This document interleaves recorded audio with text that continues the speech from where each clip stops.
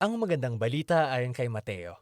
Isa ito sa pinakauna at opisyal na salaysay tungkol kay Jesus na taga Nazaret, ang kanyang buhay, kamatayan at muling pagkabuhay. Hindi kilala kung sino ang sumulat ng libro, pero iniuugnay ito ng pinakaunang tradisyon kay Mateo na maniningil ng buwis. Isa sa 12 apostol na hinirang ni Jesus at nababanggit mismo sa loob ng aklat. Sa loob ng 30 hanggang 40 taon, ikinuwento at itinuro ng mga apostol ang kanilang mga nasaksihan tungkol kay Jesus at ipinasa nila yon sa iba kasama ang kanyang mga aral na sinapuso nila. Kinolekta at inayos ni Mateo ang lahat ng ito para bumuo ng isang nakakamanghang kwento at dinisenyo ang aklat para bigyang diin ang ilang tema tungkol kay Jesus.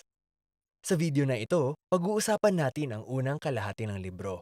Partikular na gustong ipakita ni Mateo kung paanong si Jesus ang pagpapatuloy at katuparan ng buong kwento sa Biblia tungkol sa Diyos at Israel. Si Jesus ang Mesiyas na mula sa angkan ni David. Siya ang bago at may kapangyarihan na guro gaya ni Moses. At hindi lang yan, si Jesus ang Diyos na kasama natin, o sa Hebreo, Emmanuel. Inayos ni Mateo ang aklat na ito na may panimula at pagtatapos. At nagsisilbing balangkas ang mga ito ng 5 bahagi ng aklat dito mismo sa gitna. At ang bawat isa ay nagtatapos sa isang mahabang seksyon na naglalaman ng mga turo ni Jesus. Sinadya talaga ang pagkakaayos nito at talagang kamangha-mangha. Tingnan niyo kung paano ito gumagana. Inilalatag sa kabanatang 1 hanggang 3 ang bahagi kung saan iniuugnay ang kwento ni Jesus sa daloy ng mga kwento mula sa Lumang Tipan. Nagumpisa si Mateo sa isang listahan tungkol sa mga ninuno ni Jesus. Binigyan din dito ang koneksyon niya sa angkan ng Mesiyas na anak ni David. At anak din siya ni Abraham. Ang ibig sabihin nito ay dadalhin niya ang pagpapala ng Diyos sa lahat ng bansa. Pagkatapos nito, makikita natin ang sikat na kwento tungkol sa kapanganakan ni Jesus at kung paano natupad ang mga pinangako ng mga propeta sa Lumang Tipan. Magsisilapit ang mga bansa at paparangalan nila ang Mesiyas. Ipapanganak ang Mesiyas sa Bethlehem. Pero hindi lang yan. Ang paglilihi kay Jesus sa tulong ng banal na espiritu at ang kanyang pangalan na Emmanuel. Lahat ng ito ay nagtutulungan para ipakita na hindi ordinaryong tao lang si Jesus. Siya ay Diyos na kasama natin. Naging tao ang Diyos. Kaya makikita mo ang dalawa sa pangunahing tema ni Mateo dito mismo sa panimula. Galing siya sa angkan ni David, siya ang Emmanuel. Pero gusto ring ipakita ni Mateo si Jesus bilang bagong Moses. Gaya ni Moses, si Jesus ay lumabas mula sa Ehipto. Dumaan siya sa tubig ng bautismo at pumunta sa ilang na lugar sa loob ng 40 araw. Pagkatapos, umakyat si Jesus sa isang bundok para ipahayag ang kanyang bagong katuruan. Sa lahat ng ito, ipinapahayag ni Mateo na si Jesus ang ipinangako na mas dakila kay Moses. Siya ang magliligtas sa Israel mula sa pagkaalipin, magbibigay sa kanila ng bago at banal na katuruan, magpapalaya sa kanila sa kanilang mga kasalanan, at tutuparin niya ang isang bagong kasunduan sa pagitan ng Diyos at ng kanyang bayan. Ipinapaliwanag din ng pagkakaparehong ito sa pagitan ni Moses at Jesus kung bakit binuo ni Mateo ang sentro ng libro ayon sa ayos na gusto niya. Binibigyang diin ng 5 pangunahing bahagi na ito si Jesus bilang isang guro, at gumawa si Mateo ng isang pagkakapareho. Si Jesus bilang isang guro ay nakaayon sa 5 aklat ni Moses. Si Jesus ang bago at may kapangyarihang ituro ang kasunduan at ituloy ang daloy ng kwento ng Torah.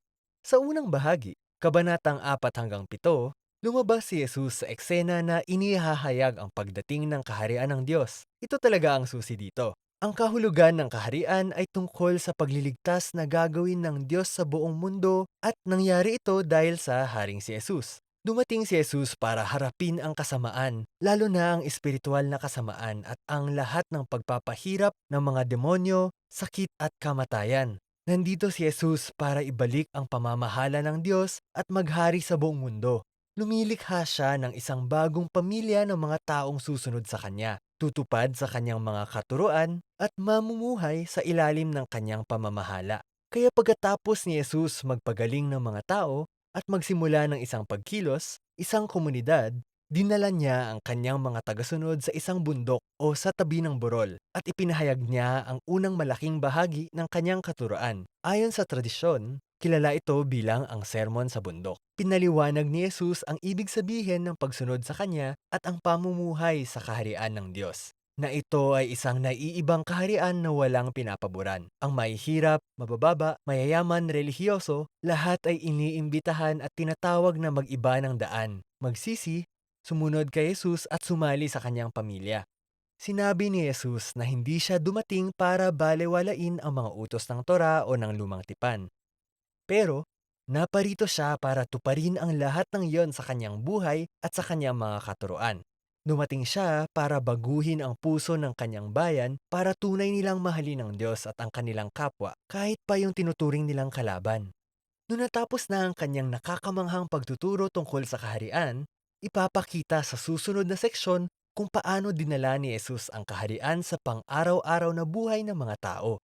Inayos dito ni Mateo ang siyam na kwento kung paano dinadala ni Jesus ang kapangyarihan ng kaharian ng Diyos sa buhay ng mga nasasaktan at ng mga taong nawalan ng pag-asa. May tatlong grupo ng tig-tatlong kwento. At ang lahat ng mga ito ay tungkol sa mga taong may sakit o kapansanan sa katawan o nasa panganib at pinagaling o iniligtas sila ni Jesus sa tulong ng kanyang awa at kapangyarihan. At sa pagitan mismo ng tatluhang ito, makikita natin ang dalawang magkaparehong kwento tungkol sa pagtawag ni Jesus sa mga tao para sumunod sa kanya.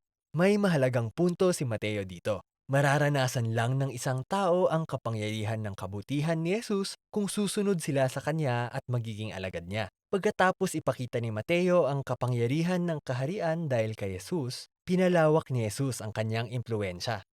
Nagpadala siya ng 12 alagad para ipagpatuloy ang mga ginagawa niya.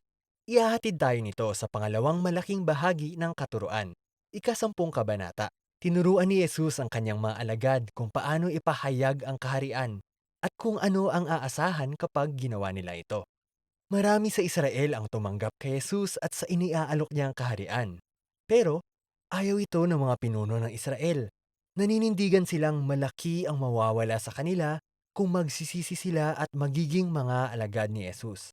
Kaya alam ni Jesus na tatanggi sila at papahirapan ang mga tagasunod niya. At yun nga ang nangyari. Sa susunod na seksyon, Kabanata 11 hanggang 13, kumuha si Mateo ng mga kwento tungkol sa naging tugon ng mga tao kay Jesus at sa kanyang mensahe. At halo-halo ito. May ilang kwento na maganda. Mahal ng mga tao si Jesus at inisip nilang siya ang Mesiyas. Ang iba ay nasa gitnang posisyon, tulad ni Juan Bautista o ganun din ang mga kamag-anak ni Jesus. Nililinaw nila na hindi si Jesus ang inaasahan nila.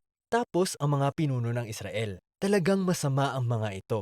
Nandiyan ang mga Fariseo at mga iskolar ng Biblia. Pareho nilang tinatanggihan si Jesus. Iniisip nila na isa siyang manlolokong guro. Inililigaw niya ang mga tao. Binabastos niya ang Diyos sa mga sinasabi niya tungkol sa kanyang sarili. Pero, hindi nagulat si Jesus sa lahat ng magkakaibang mga reaksyon na ito. Ang totoo, ito ang binibigyan niya ng diin sa pangatlong bahagi ng mga katuruan, Kabanata 13. Inipon ni Mateo ang maraming talinhaga ni Jesus tungkol sa kaharian, tulad ng tungkol sa isang magsasaka na nagsaboy ng mga binhi sa 4 na klase ng lupa o tungkol sa isang maliit na binhi o isang perlas o taong nakahukay ng kayamanan. Ang mga talinhagang ito ay parang pagpapaliwanag sa mga kwentong kakabasa mo lang sa Kabanata 11 at 12. May ilang mga tao na masayang tinatanggap si Jesus. Ang iba ay tinatanggihan siya. Pero napakahalaga ng kaharian ng Diyos at hindi ito titigil sa paglawak sa kabila ng lahat ng mga hadlang na ito.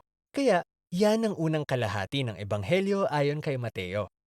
Ito ngayon ang ilang mga bagay na dapat makita habang binabasa ang mga kabanatang ito. Tandaan, ipinapakita ni Mateo si Jesus bilang pagpapatuloy at katuparan ng daloy ng kwento ng lumang tipan.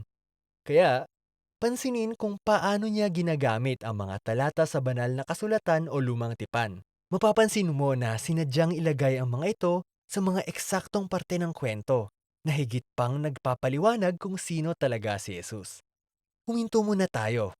Maglaan ng oras para pag-aralan ang mga talatang ito at basahin ayon sa kanilang konteksto sa lumang tipan.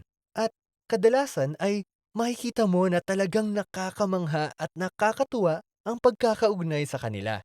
Panghuli, Pansinin ang mga klase ng tao na tumatanggap kay Jesus at sumusunod sa kanya. At makikita mo na kadalasan ang mga ito ay hindi mahalaga, mabababa o hindi relihiyoso. Ito ang mga taong nagbago ng kanilang pagtitiwala o pananampalataya kay Jesus at sumusunod sa kanya. At ang mga relihiyoso at mayabang naman ang galit na galit sa kanya. Ano ang mangyayari sa banggaan na ito sa pagitan ni Jesus at ng mga pinuno ng Israel? Yan ang makikita sa ikalawang parte ng aklat ni Mateo.